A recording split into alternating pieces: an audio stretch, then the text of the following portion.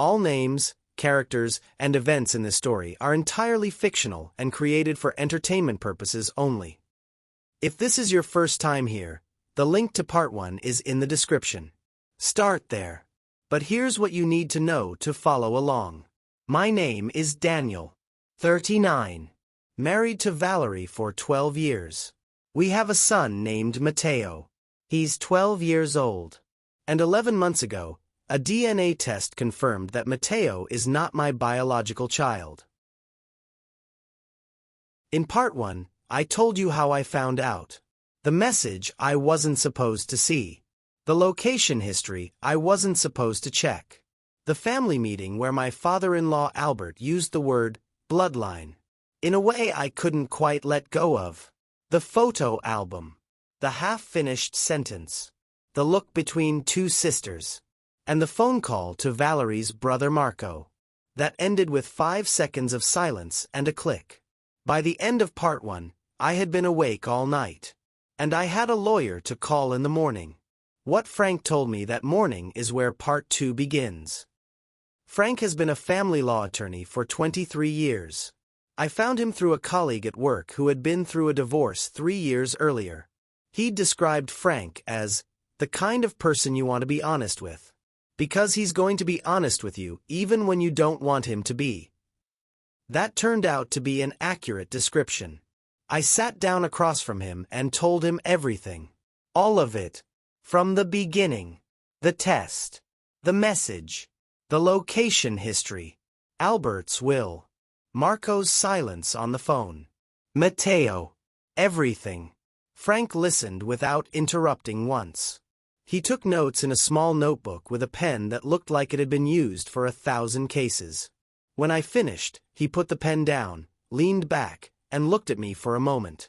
Daniel, he said, you're in a genuinely difficult position. And I want to walk you through it carefully. Because there are several things here that most people don't know about family law. He started with the basics. Under the law, I am Matteo's legal father. My name is on his birth certificate. Every document, every school record, every medical file says, Father, Daniel. That legal status carries rights. And one of those rights, particularly relevant now, is joint administration of any assets held in Matteo's name until he turns 18. Which meant that Albert's estate, the house, the savings, the land, now sitting in Matteo's name as his legal inheritance, was something I had a formal legal standing over. Not sole control. Joint. Along with Valerie, as the other legal parent. Now here's the part you need to hear clearly, Frank said. If you pursue paternity disestablishment, which is the legal process through which you formally acknowledge that you are not Matteo's biological father, you lose that standing immediately and completely. The estate, the administration rights, your legal role in decisions about his inheritance, all of it transfers entirely to Valerie. She would have sole control with no legal mechanism for you to contest it. I sat with that for a moment. So, I said, if I tell the truth, she wins. Frank looked at me carefully. If you pursue legal disestablishment, yes. Valerie gains full control of the estate. That's not a judgment. That's just the structure of the law as it currently applies to your situation. He continued. On the other hand, if you do not pursue disestablishment, you remain Matteo's legal father in full. You retain your rights, your role, your standing, but you do so as the legal father of a child who is not biologically yours. In a marriage or post-divorce situation, where that truth will always be present. He paused. There is no clean path here, Daniel. I want to be honest with you about that. Both choices involve real losses. The question is which loss you can live with. I drove home from that meeting and sat in the parking garage for 40 minutes. Just sitting. Engine off. Not going anywhere. trying to find the version of this where someone didn't lose something, and realizing, slowly, that version didn't exist. I gave myself 1 week before saying a single word to Valerie. I needed that week. Not to calm down. I was already calm in the strange, cold way that comes when something is so large you can't be emotional about it yet. I needed it to think clearly, to not say anything I'd regret, to not be reactive in a moment that required me to be deliberate. During that week, I did something I hadn't done in a long time. I thought about myself, not about Valerie, not about the legal situation, not about what came next. Just, who was I in this marriage? What had I been for 12 years? And the answer, when I sat with it honestly, was, I had been present. Consistently, completely, sometimes exhaustingly present. At every school event, every sick day, every difficult conversation with Matteo, every argument Valerie and I had, every repair we made afterward. I had shown up. That was the thing I was most certain of. I had shown up every single time. And then I thought about Matteo. He didn't know any of this. He was 12 years old, going to school, building his model aqueduct, asking questions about Julius Caesar, completely unaware that the ground beneath his life had been shifting for years without anyone telling him. He called me on the Thursday of that week, just to tell me about something that happened at school. A teacher had asked the class who they admired most. Matteo said he had written my name. He told me this like it was a normal thing, a casual thing, like it didn't require any particular weight. I told him that meant a lot. He said, yeah, okay, anyway, and moved on to something else. 12 years old. By the end of that week, I had made my decision. Both decisions, actually. The legal one and the personal one. And they were the same decision. On a Thursday evening, I sat down across from Valerie at the kitchen table. I put the DNA results between us. Face up. No envelope. No build-up. Just the papers and the numbers and 0%. I didn't say anything. I looked at her and waited. She looked at the papers for a long time. Then she looked up at me. And I noticed something that I hadn't expected. She didn't look shocked. She looked tired, like someone who has been carrying something very heavy for a very long time, and has finally been allowed to put it down. I knew you'd find out eventually, she said. Not I'm sorry. Not please let me explain. Not I never meant for this to happen. I knew you'd find out eventually. Like it was something she had already processed. Like she had been living in the aftermath of this conversation. 4 years before it actually happened. I asked her to tell me everything. Not because I needed the full story to make my decision. I had already made my decision. I asked because I needed to understand how long she had known, how long others had known, how long I had been the last person in my own life to understand what was actually happening. She told me. The man's name was someone I had met once. A company event. Years ago. A room full of people. I had shaken his hand. Said something forgettable. He had said something forgettable back. And then we had both gone on with our lives. Or so I had thought. I asked how long she had known Matteo wasn't mine. She said she had known before he was born. Before he was born. Before the delivery room. Before the cord. Before every single thing I believed had made me a father. She had known. I asked if the biological father knew. Yes, she said. He's always known. I asked if Marco knew. She hesitated. Then, yes. For about 4 years. I asked if Lisa knew. Another hesitation. She suspects. I never told her directly. I didn't raise my voice. I want to be clear about that. Not because I was performing composure, but because there was nothing in me that wanted to shout. The thing I was feeling wasn't rage. It was something quieter and much harder to shake. Grief, maybe. Or just the specific sadness of understanding that something you believed was real was never quite what you thought. I stood up, said I needed air, walked out of the house and drove until I ran out of direction, pulled over at a gas station I didn't recognize, and sat there for a long time, watching people fill up their tanks and go home. I filed for divorce the following week, and I told Frank that I was not pursuing paternity disestablishment. Not ever. He didn't push back. He just said, "Understood. Let's talk about what that means going forward." What it meant was this. I remained Matteo's legal father in every sense. Valerie managed the estate because Matteo was a minor. I had no claim to the inheritance, and I had accepted that before I walked into Frank's office. I want to address something directly, because I know what some of you are thinking. You're thinking, why?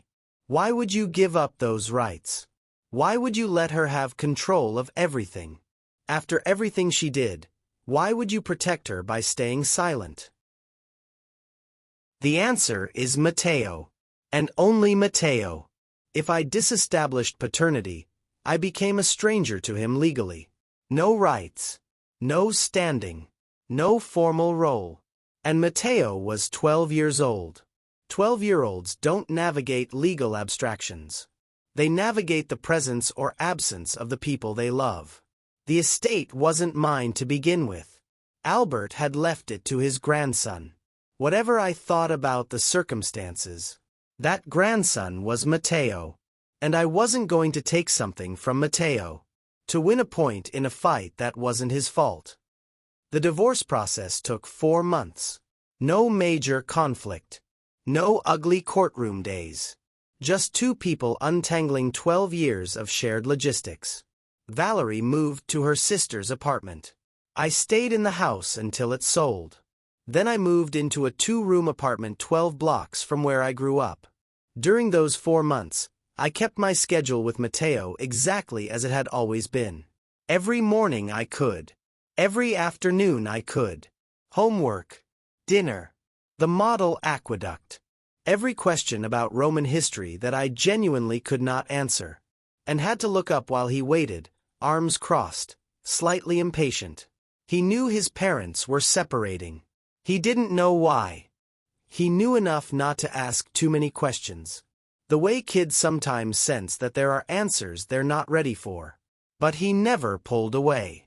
He never became distant or angry. He just kept calling, kept showing up, kept being exactly who he always was. About 3 months after the divorce was finalized, Marco sent me a message asking if we could meet. I thought about it for several days before responding. Part of me didn't want to hear anything he had to say. Part of me, if I'm honest, needed to. We met at a park. He looked like someone who hadn't slept well in a long time. Which, when I thought about it, was probably accurate. He apologized. A real apology. Not a short, defensive, cover-yourself apology. The kind that takes a while and costs something to give. He told me he had found out 4 years into our marriage. That Valerie had told him during a panic. She thought she might be pregnant again, and was terrified about what that would mean. She had sworn him to silence, and he had kept that silence for 9 years. I asked him how he managed it. Sitting across from me at Christmas dinners, at Matteo's birthdays, in Albert's living room listening to the old man talk about legacy and bloodline. Not well, he said. I kept telling myself it wasn't mine to tell. That telling you would destroy too many things. That Matteo needed stability more than he needed the truth. He looked at me and added, I know that's not justification. I'm not asking you to forgive me. I just need you to know that I knew every day it was wrong. I didn't tell him it was okay. It wasn't okay. But I thanked him for showing up. Because choosing to show up when you have nothing to gain and everything to be ashamed of, that takes something. And I respected it, even if I couldn't forgive it yet. Albert died 9 weeks after I got the test results. I saw him twice in those 9 weeks. The second time was a week before he passed. Matteo was with me. Albert was in bed by then. The house that had always felt full of his presence had become a place where that presence was already starting to recede. The way rooms change when the person who defined them is leaving. Matteo sat on the edge of his bed and told him about the aqueduct project. The whole thing. Every detail. The 3 times he had to rebuild the same section. Albert listened with his eyes half closed. But he was smiling. That slow, real smile he saved for things that actually mattered to him. At some point Matteo looked up and said, "Grandpa, is it weird that I want to be an engineer? Because Mom says I'm good at art, but I think I'm actually better at building things." Albert opened his eyes fully, looked at Matteo for a long moment, and then said, very quietly, "Build things. That lasts longer." I stood in the doorway and watched that moment. And I thought about bloodlines, about inheritance, about what actually passes from one generation to the next. Albert thought he was talking to his biological grandson. He wasn't. But Matteo had sat at his table every Sunday for years, had listened to his stories, had learned his stubbornness, had absorbed, without knowing it, something of how that man moved through the world. Biology didn't do any of that. 12 years of showing up did. I live in a 2-room apartment 12 blocks from where I grew up. That sentence sounds smaller than it feels. The estate is managed by Valerie. I made peace with that. Mostly. Some days more than others. What I can't always make peace with is the abstract injustice of it. The idea that a choice I never got to make has consequences I'll still be managing years from now. But that's separate from Matteo. And I keep those 2 things carefully separate. Valerie and I communicate only about Matteo. Through messages. Functional. Cold. Necessary. Matteo doesn't know the full truth yet. He's 12. There will be a time for that conversation. When he's old enough to hold it without losing himself in it. When he has enough of himself built to absorb what it means. And come out on the other side still knowing who he is. My job between now and then is to make sure he has that foundation. Someone asked me recently if I'm angry. And the honest answer is, not the way I expected to be. I'm not angry at Matteo. Not for a second. I'm not entirely angry at Albert. He didn't know. He loved his family. I'm not even entirely angry at Marco. He was trapped in something that wasn't fair to him either. What I feel about Valerie is harder to name. It's not rage. It's something quieter. Grief, maybe. For the version of my life that I believed was real. For all the ordinary moments I look back on now. And wonder which parts were genuine and which parts were a performance I wasn't watching closely enough. But here's what I keep coming back to.